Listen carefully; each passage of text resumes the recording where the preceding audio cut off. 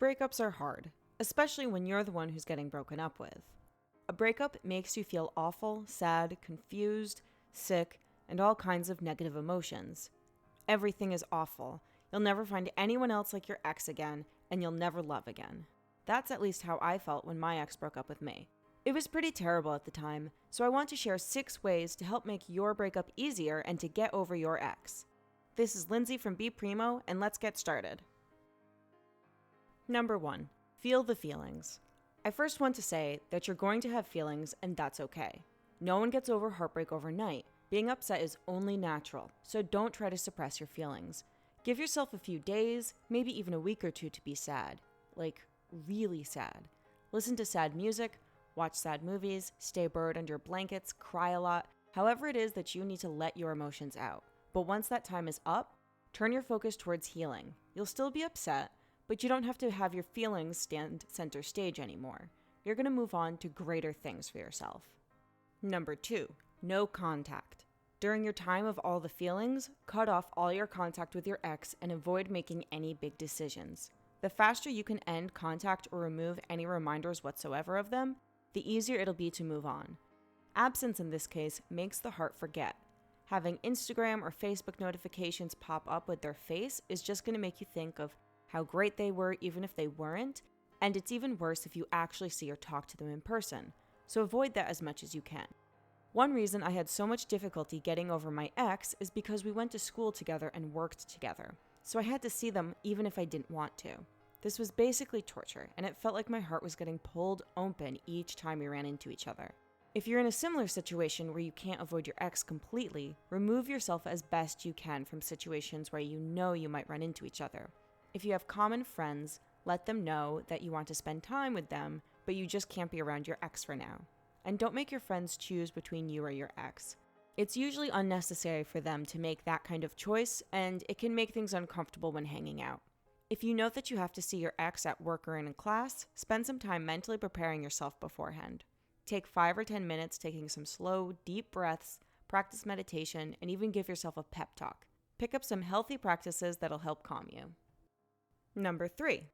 Set boundaries and keep them. This goes in line with no contact. You're going to want to reach out to your ex. Your ex might try to reach out to you, but don't do it. Don't bend your rules or let them step past your boundaries while you're still emotionally vulnerable. This always ends up bad for you. Yes, just one text will hurt, and it can send you down a slippery slope of maybe just a few texts, just a few conversations, maybe getting back together, but you're really just pouring salt into an open wound. Part of keeping your boundaries means you have enough respect for yourself to enforce them. You have to learn to say no even when your feelings are raging, as well as have the confidence to say no. Don't worry about how your ex will feel if you stand firm and say no to them. They broke up with you after all, so screw them. These are your boundaries and therefore they deserve to be respected. Number 4, stop romanticizing them. We view our relationships with rose-colored glasses once they're over, but just because you want to think that your ex is perfect and that you two were made for each other doesn't mean that was the reality.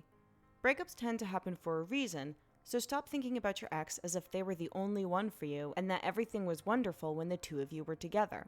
There were likely warning signs long before you broke up, but it's not until those rose lenses are removed will you be able to notice them.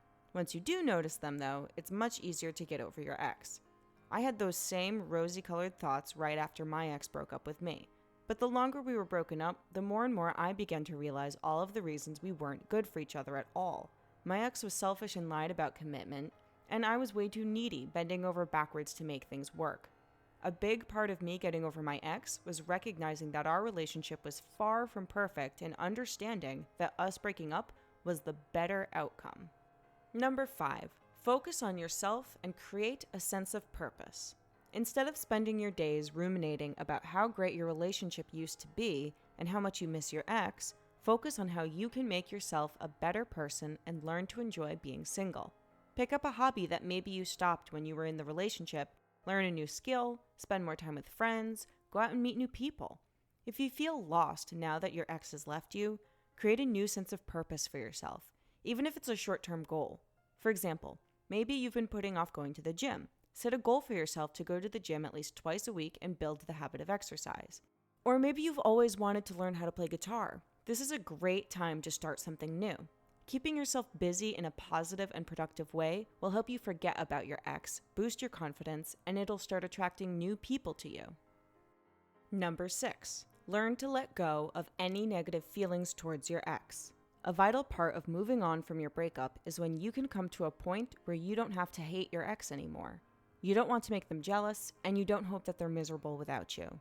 You just feel mostly indifferent towards them. You might wish them the best, but your interest stops there. You aren't consumed by your ex, you're not trash talking. Instead, you've truly moved on. You're thinking about that project at work, you're thinking about your Friday plans, you're just thinking about life the way you normally would before you started dating. Eventually, you'll come to a place where you can look back on your relationship without pain and even learn something about yourself from it. Most of the relationships in your life are not going to work, and that's okay. But each time it doesn't work out, it's an opportunity to reflect on what worked and what didn't. Do you find any patterns in your dating that always ends badly? Are there certain qualities that you need in a person that you kept missing before? Is there anything that you can do to become a better partner? While breakups can hurt pretty bad, remember that they're never the end of all things good. They're the end of one chapter to your life, but the beginning of the next. And this next chapter could be full of beautiful, new, exciting opportunities. Thank you for watching. Remember to like and subscribe, and leave a comment if you have any insights from a breakup or methods that you used to get over your ex.